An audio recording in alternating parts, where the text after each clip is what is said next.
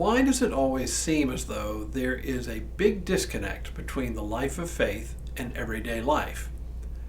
Wouldn't it be great if we could figure out how to connect everyday life in the world with life in the kingdom so that the two were not in constant conflict, yet clearly distinct from one another?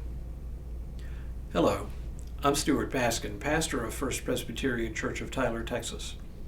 And this is your daily devotional for Monday, August 11th, 2025. Once again this week, we're looking at an important book by the theologian H. Richard Niebuhr called Christ and Culture. Written over 70 years ago, it remains an insightful analysis of the history of the Christian church seen through the lens of how the church has come to terms with the tension between the Christian community and the various cultures in which the church has existed. Last week, we took a very brief look at the strategy Niebuhr calls the Christ of culture. This approach tends to view Christian faith and culture as largely in sync with one another, where Christ functions as a sort of great moral teacher, and the gospel affirms the best and highest of society's impulses and achievements. The obvious problem with this approach is that it too closely identifies human achievement with the kingdom of God and fails to take seriously the reality of human sin. It also subordinates the gospel to human knowledge and experience. Now, if the Christ against culture and the Christ of culture approaches form the polar extremes of Niebuhr's analysis, he sees three approaches he identifies as median approaches. And the first of these is what he calls Christ above culture. The virtue of the Christ above culture model is that it takes seriously several important ideas. It understands that sin is both radical and universal. That is, sin is found within everyone and within every social structure. It understands that the creator of all things, God, is infinitely involved in the life of the world and cares deeply for the world.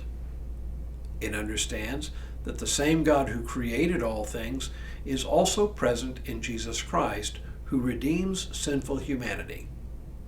And it understands that people, all people, are inescapably part of culture. There is no way to truly escape the world, even if this were a worthy goal in life to begin with. The Christ above culture model holds these things in common with the other two median positions, which we'll take up over the next couple of days, but the Christ above culture model does something else. Like the radical model of Christ against culture, it takes the hard commands of Jesus seriously. But unlike the Christ against culture model, it doesn't see these hard commands as practical for ordinary Christians who have to live in the world as the world is. The solution to the tension between Christian faith and life in the world, then, is to conceive of the kingdom of God as perfect and the world as a kind of imperfect reflection of the kingdom. In this way, life in the world can be correlated with life in the kingdom as a sort of lesser form of the kingdom. Niebuhr uses a lovely analogy for this model based appropriately enough on medieval European life. Referring to the way the great Thomas Aquinas developed the system, he says, Aquinas combined without confusing philosophy and theology, state and church, civic and Christian virtues, natural and divine laws, Christ and culture.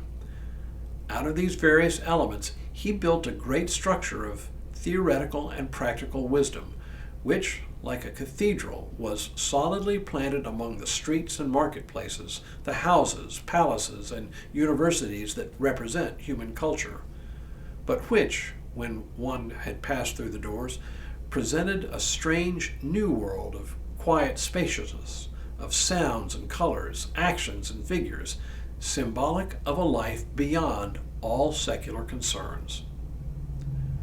The glue that holds this scheme together is the idea that in the world we learn different kinds of virtues. We learn and develop these basic virtues like honesty, basic kindness to our fellow human being, and so forth. We grow and develop these things and become better able to progress into higher virtues.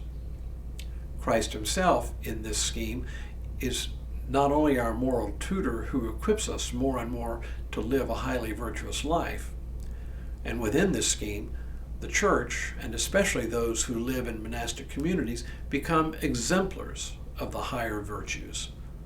The goal of this life in this scheme is an ever-increasing attainment of virtue. Or to put the whole thing differently, life in the world is seen as an analogy to life in the kingdom, with the world being an imperfect analog to the kingdom. Only problem with this scheme is that it tends to identify whatever culture the believer inhabits as the only valid form of culture, so that it begins to morph into a Christ of culture scheme, eager to defend the present form of culture against change, because it has so closely identified the present particular culture as the true analog of the kingdom that it's hard to see anything else. Still, this scheme has the great virtue of taking life in the world seriously without confusing the best and highest in culture with the kingdom of God. It enables ordinary Christians to understand how their lives in the world relate to the kingdom that is to come.